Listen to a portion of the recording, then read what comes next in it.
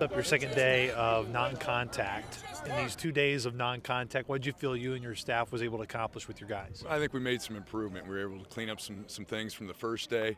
Got them a lot of reps, and that was a big thing. We wanted to get about over 100 plays each player and keep them moving and clean up some of the things. Wasn't near where we need to be, but you know what? We saw improvement and we saw some progress. When you go through non-contact practices right before you prepare for contact, what do you really schedule in these practices that get you prepared for the first day of contact, which will be Saturday? The tempo, and the tempo is the biggest thing, and keeping them moving.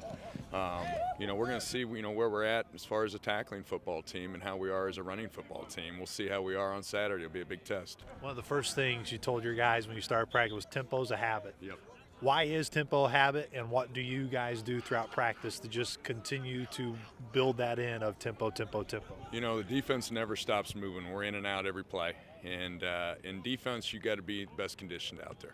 When things are going good for the offense, you got to be mentally tough, and you got to be able to run all day. And that's what it teaches them, the tempo.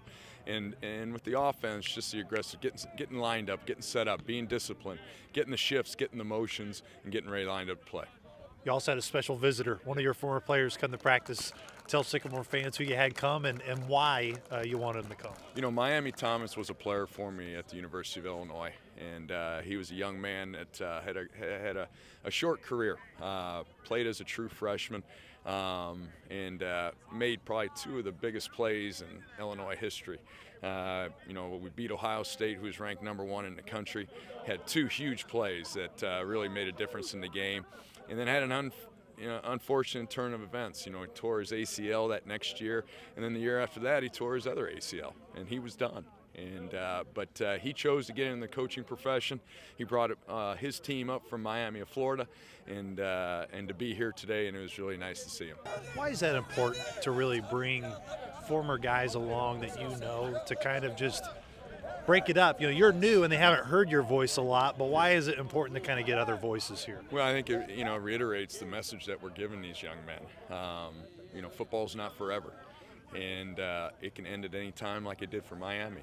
But the one thing Miami left from the University of Illinois is he earned that degree. That degree is forever. Football's not. And that's the one thing that the message that we as a coaching staff is constantly talking to our players about, and that was the message Miami gave to our players. And finally, Coach, as you head into contact this weekend, what do you and the staff and really the guys have planned tomorrow before you get the contact on Saturday?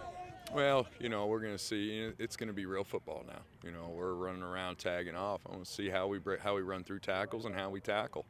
Right now we're really working on keeping the angles and keeping everything cupped as a defense, and we'll see how we finish things. We'll see how we finish runs. We'll see how we finish blocks.